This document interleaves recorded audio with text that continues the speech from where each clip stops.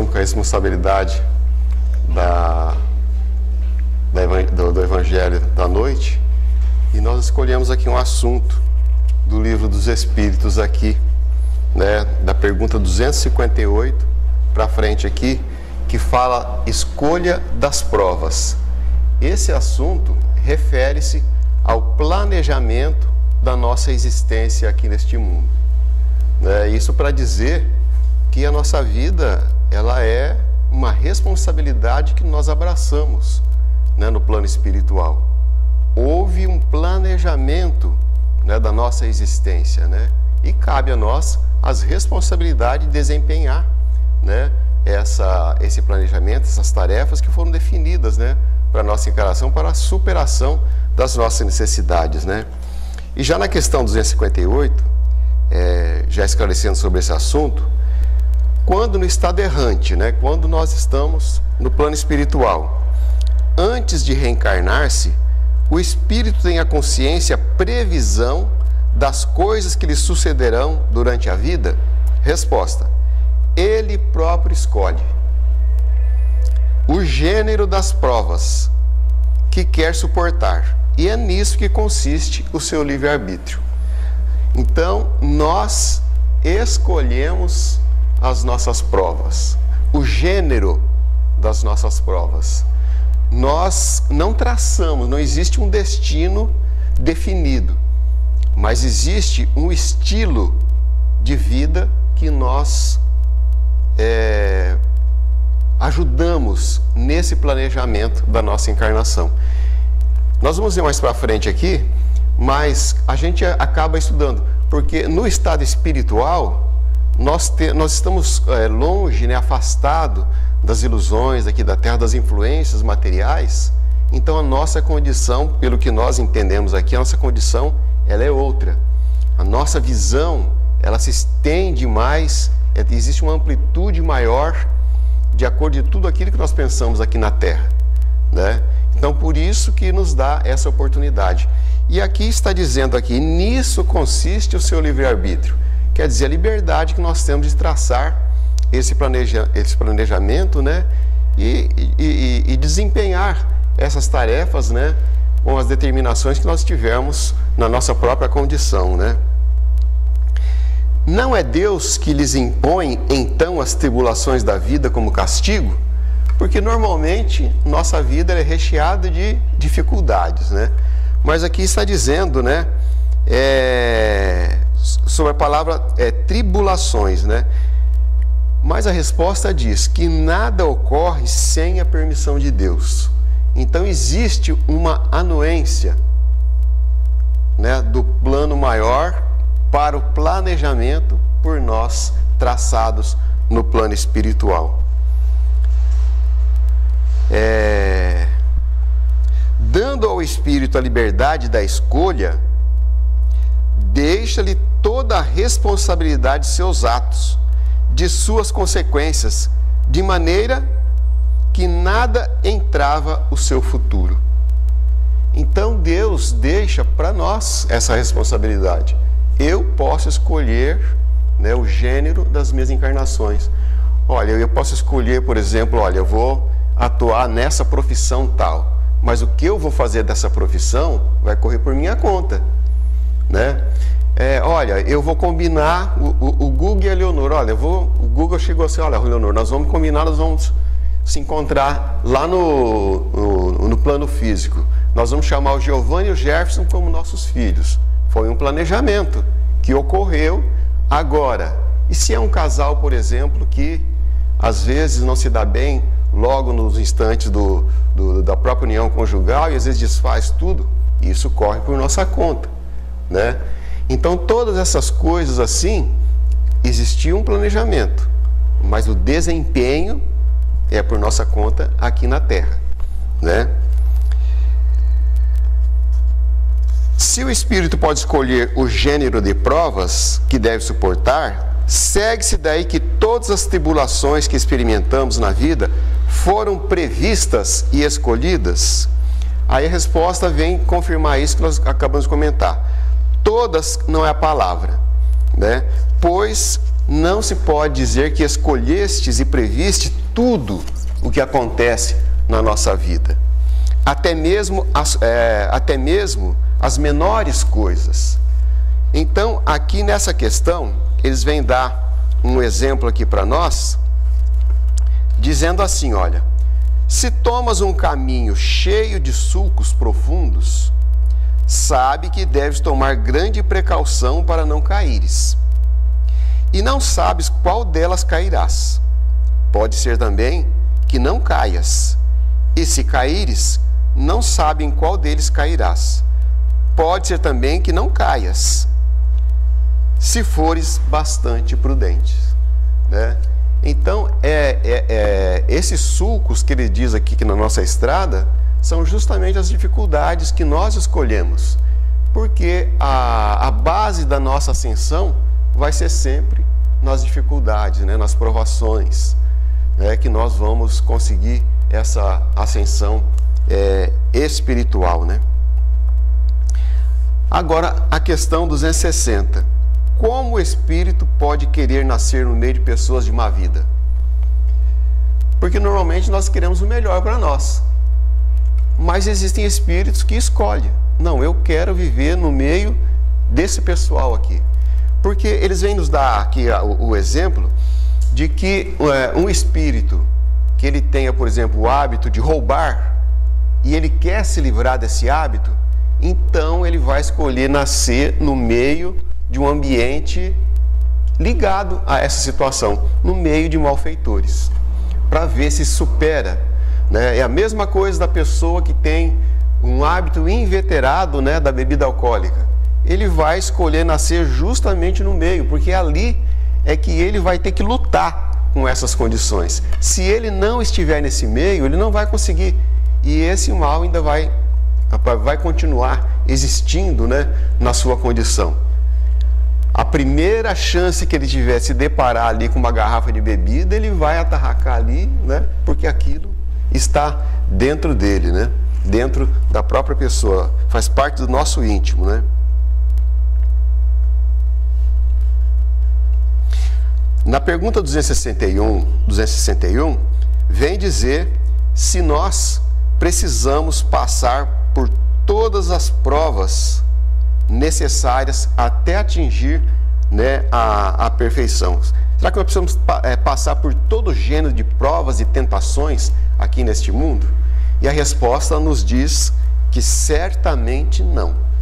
Porque existem espíritos que desde o começo, eles traçam um planejamento, né, de conduta para eles, que eles se livram de muitas peripécias, né, da própria existência. Eles superam essa própria condição, se enraizando, né, nas tendências do próprio bem, das influências do amor de nosso Pai, né? Então, eu até penso assim, sabe, que nessa condição que nós estamos, né, o nosso mundo, né, nesse ambiente de transição, de mundo de expiações e provas, né, alcançando aí um estado de mundo de regeneração, que vai ser um mundo mais feliz do que nós vemos, né?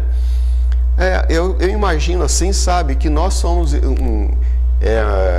uma qualidade de espíritos assim, que atrasamos na nossa evolução. E agora estamos de cara já assim como que fosse, né, o finais de uns tempos para um novo alvorecer de um mundo mais completo e mais feliz, né? Então nós acabamos atrasando, né, essa caminhada evolutiva nossa. Ficamos muito embaraçados aí nos nossos erros, né, nas viciações que nós abraçamos e nos perdemos nessa condição. Então agora nós estamos aí quase que na última hora aí para resolver essa própria situação. E nós vemos o estado da nossa humanidade, né? Nós vemos, por exemplo, né, o assunto, por exemplo, que o Chico deixou para nós, né, do problema do ano de 2019, né? Por quê? Porque lá em 1969 o homem chegou à Lua. E isso foi um marco, né, na história da humanidade. Isso foi um marco na história da humanidade. Então o plano espiritual se reunindo disse, olha, espera aí. O avanço da ciência, da sabedoria está caminhando muito bem. Mas e a moral do ser humano? Está faltando muito. Então foi aí que o Chico trouxe a notícia que houve essa reunião, né? E que Jesus deu uma moratória de 50 anos. Que se não houvesse nenhuma guerra, porque um dos problemas mais graves que existe na nossa condição é quando existem essas guerras de povos, entre povos aí, né? Como nós tivemos as duas grandes guerras aí, né? É um atraso medonho, né? Para o nosso estado moral. Então, se não houvesse nenhum tipo de perturbação maior como um tipo desse em 50 anos, então a humanidade poderia trilhar caminhos e um avanço muito grande, né? Na área da ciência e na área... isso quer dizer que a nossa moral, com certeza, deve ter, né, pelas influências, né, do plano espiritual, que deve ter atuado mais acentuadamente nessa condição para todos nós. Tanto é que seguraram Chico Xavier até o ano de 2002, né? Seguraram ele aqui, né, para que ele estendessem, né, o seu trabalho. E nós tivemos essa moratória aí, né? Mas, segundo Chico Xavier, como não houve, né, esse desencontro nosso na humanidade, então com certeza nós conseguiremos ter assim um ambiente muito melhor e mais promissor, né, no nosso planeta Terra, com certeza, né?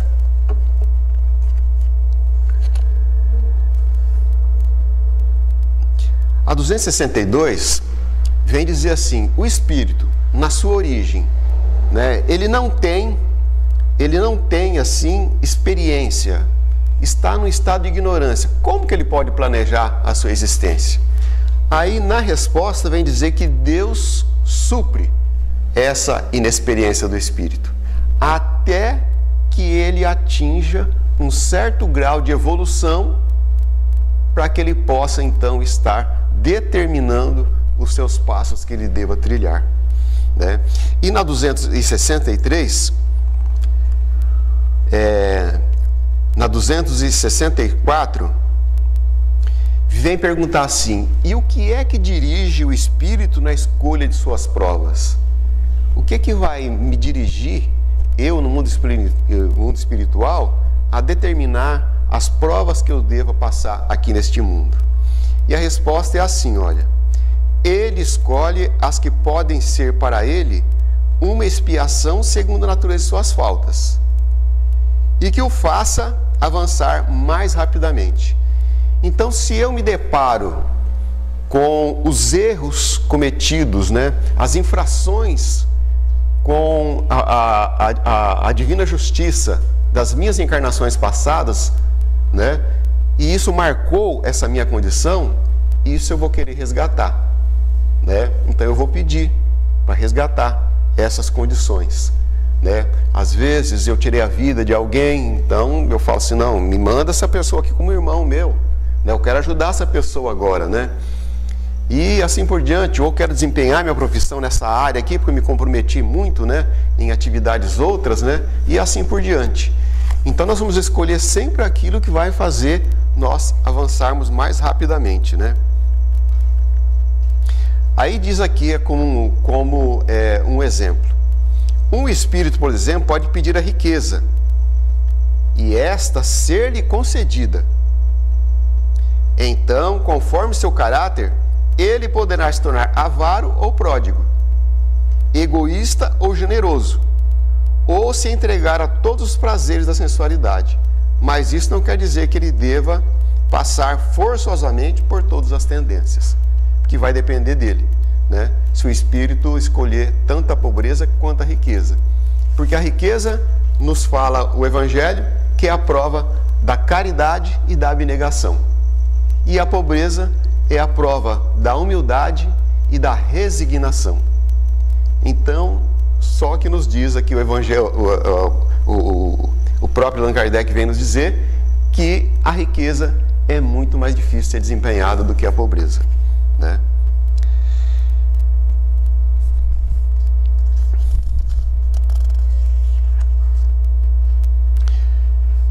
não parece, 266, não parece natural que os espíritos escolham as provas menos penosas?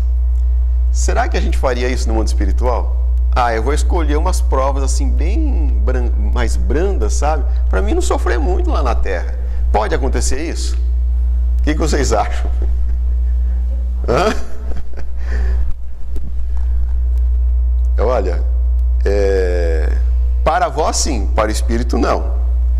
Quando se liberta da matéria, a ilusão desaparece e ele pensa de outra maneira, né? Então a gente vai ter uma outra visão. Mas Allan Kardec ele ainda investiga, né, sobre essa questão. Porque na pergunta 269, ele pergunta assim, olha, o espírito pode enganar-se quanto à eficiência das suas provas que escolheu? Né? E os espíritos dizem, pode sim, ele pode se enganar. Ele pode escolher às vezes alguma coisa que está acima das suas forças. E Deus ainda permite isso, para que tudo isso sirva de experiência para todos nós, né? Eu às vezes não, eu vou suportar isso, mas chega aqui, a gente fraqueja. E isso serve de experiência. Nós vamos voltar para o plano espiritual e falar, olha, eu não suportei, eu vou ter que escolher um caminho mais adequado para a minha condição, para a gente ter essa sensibilidade e reconhecer quem nós somos realmente, né? E olha aqui, olha, pode também escolher uma que não lhe dê proveito algum, como ocorre que se prefere um gênero de vida ociosa e inútil. O espírito pode escolher isso aí também. E Deus, a providência divina, deixa que isso aconteça. Por quê? Porque se estabelece o chamado livre-arbítrio. Nós contamos o caso da dona da nobre Diana, né? No mês de maio, como lembrando das mães, e foi um espírito que por 10 encarnações seguidas não conseguia uma evolução nem mesmo parcial. E ela, como era uma mulher, a providência divina então pediu para que um espírito que já esteve na condição dela viesse visitar ela e dizer, olha, eu estive na sua condição. Você quer sair dessa condição? Eu te dou o caminho. E foi lá e disse para ela, olha, eu fui mãe de espíritos delinquentes, espíritos criminosos. E foi dessa maneira que eu consegui livrar dessa situação, né? Que eu me consegui livrar da vaidade que eu tinha, do egoísmo que eu tinha, né? Da ignorância que eu carregava dentro de mim. E a Diana balançou na hora, né? E essa senhora levou ela então para o ambiente onde esses espíritos viviam. Aí foi que ela se atemorizou mais ainda, né? Falou, não, eu não vou dar conta disso. Ser mãe dessas criaturas lá na Terra, meu Deus do céu. Mas aí ela, inspirada, começou a analisar, poxa, mais de 1000 anos eu estou tropeçando, não consigo avançar. O que vai ser uma existência de 70 anos? Porque teria que ser uma existência de no mínimo 70 anos. Uma existência na Terra de sofrimento e sacrifícios, mas eu consegui esse avanço espiritual que eu tanto preciso e não consigo. E assim foi que ela abraçou essa condição e veio aqui na Terra, né? Teve 4 filhos problemáticos, 2 com problemas mentais, um aleijado e um cego, né? E ainda ficou viúva prematuramente e arrastou esses 4 filhos pedindo esmola pelas ruas, né? Abraçou aquela condição e no final daquela existência ela se viu como que uma outra pessoa nessa condição. Então tem espíritos que vai ao extremo por necessidade realmente, né? Por necessidades realmente. Mas aqui nós temos um exemplo também no livro A Vida Escreve, que é o caso do João Pérez, o meu xará aqui. O João Pérez, ele estava ligado a uma colônia espiritual e já havia planejado o seu renascimento aqui na Terra. E aí o que aconteceu? E porque ele então trabalhou muito no plano espiritual, né, desse retorno que ele teve, né? Ele estava lá de despedidas então com seus amigos lá naquela colônia espiritual. E um dos seus amigos perguntou a ele: e aí, João, como é que está? Você teve a oportunidade de recordar alguma coisa do passado? E ele disse assim: olha, eu me situei numa época do ano de 1702, que eu havia me reencarnado na cidade de Taubaté. Eu não sabia que Taubaté era tão antigo assim. E eu, 30 anos de idade eu tinha, e recebi uma herança dos meus avós, uma fazenda. E naquele ano, a coroa portuguesa começou a incentivar a extração de pedras preciosas, pedras e metais preciosos aqui do Brasil para levar para Portugal. Então, eles estavam doando terras nas chamadas, nas terras de Minas Gerais. Eles doavam, né? E o João, então, não pestanejou, vendeu as suas terras em Taubaté e demandou, né, a chamada Vila Rica. Chegando lá, então, arrumou 14 escravos e ganhou uma porção de terra de 900 braças, que segundo ele dava 4.356 metros quadrados. E trabalhou ali durante 30 anos seguidos, enquanto seus vizinhos transbordavam de riquezas. O João, naqueles 30 anos, conseguiu muito pouca coisa. E os seus vizinhos todos esbanjando enormes riquezas. E ele então ouviu falar da província, das minas de Cuiabá, da extração de pedras preciosas. E como a doença do ouro existia dentro dele, da riqueza, ele então pegou aquelas terras dele, entregou para o seu primo Martinho e demandou, rasgando as florestas no peito com aqueles 2 escravos, em busca das terras de Cuiabá para a extração das pedras preciosas. E naquela época estava uma seca muito grande, né?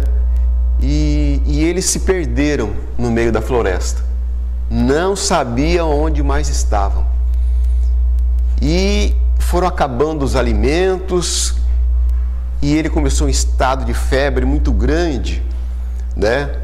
Então, quando aquela febre entrou em estado de delírio, que ele ficou assim, sem forças, aqueles 2 escravos pegaram os animais e todos os seus pertences e voltaram para trás, largando o João lá no meio do mato.